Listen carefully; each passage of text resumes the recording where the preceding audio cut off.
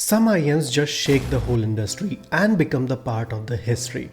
Well, we have today one such IEM, Elysian Annihilator, a $3,000 flagship from Elysian Acoustics. Let's break it down.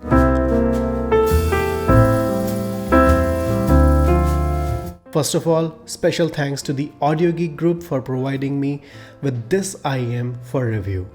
All the thoughts are mine. Let's start the review with build quality and design. Annihilator is a top tier build.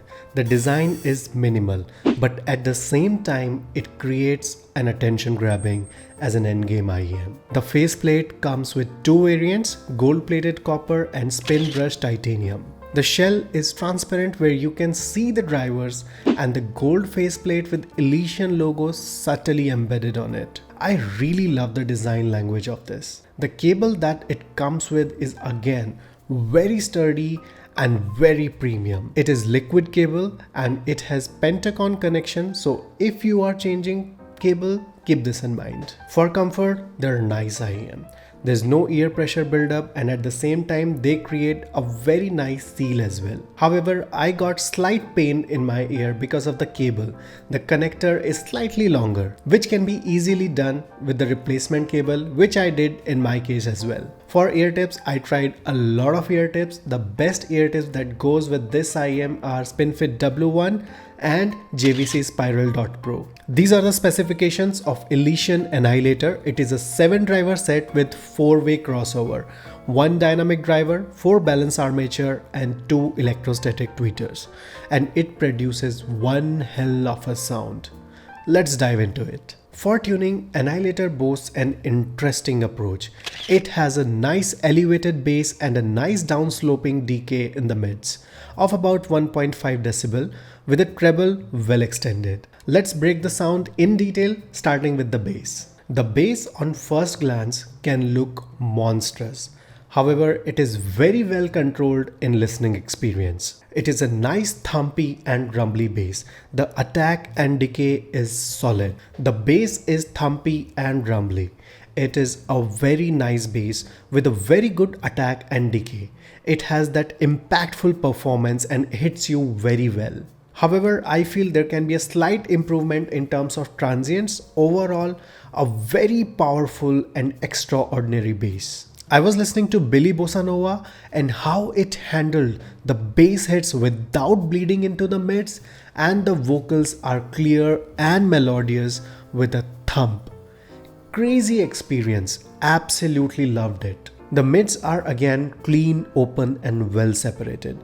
There's a slight warmth in the lower mids to provide the body, at the same time a nice decay of around 1.5 decibel to maintain the tonality overall. The vocal performance is again solid. The male vocals have a nice heft to it and at the same time the female vocals shine. They're never shouty. The timbre is very natural as well. Slightly bright but very natural. If you listen to Dead Man's Handle by Steve Strauss, exceptional handling of mids from vocals to guitar bass notes to high notes. For treble, this is one of the best treble that I have heard and one of the best extension that I have seen in the treble. It is crisp, well extended and very airy treble full of details. Exceptional work on treble ranges by Elysian Acoustics. However, for someone who is treble sensitive, this treble can be fatiguing or slightly on the sharper side. Overall, one of the best takes in the treble that I have seen in the IEMs. In terms of technicalities, this IEM is just pure gold. The resolution is excellent. From details to texture to micro details to macro details is just fantastic. You do not have to focus a lot. It just puts micro and macro detail right in front of you. The sound staging, layering and imaging is just perfect again. It has a very grand atmospheric performance as well. For instance, one thing that immediately caught my attention was, I was listening to Smoke Signals by Phoebe Bridgers and at around 3 minutes 20 seconds, aeroplane goes from left to right. And everything was so clear on this IEM, I absolutely loved it. From rhythm and timing to dynamic range to resolution, Elysian Annihilator just nailed it. For comparison, there are not many IEMs that I can compare with right now. So you must have already seen the comparison with Alter Ego in previous video. Elysian Annihilator is a better IEM in terms of technicalities as well as bass to mid to treble performance. Overall, slightly better in every department from Alter Ego.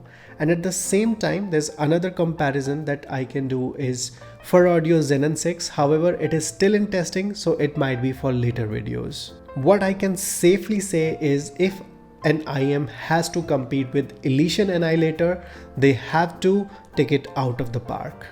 In conclusion, I would say Elysian Annihilator is an outstanding IEM which performed outstanding exceptionally well in every sphere, and it gets first 5-star in the endgame category on TWX. If you are in hunt of the Summit 5 top of the line endgame, this must be in your radar. This is a fantastic IEM. I just absolutely loved reviewing it, and thanks again to the Audio Geek Group for providing me the opportunity for it. Well, this was it for Elysian Annihilator. Do share your thoughts in comments, do subscribe and comment which is your favorite endgame IEM, and I will see you on the next one.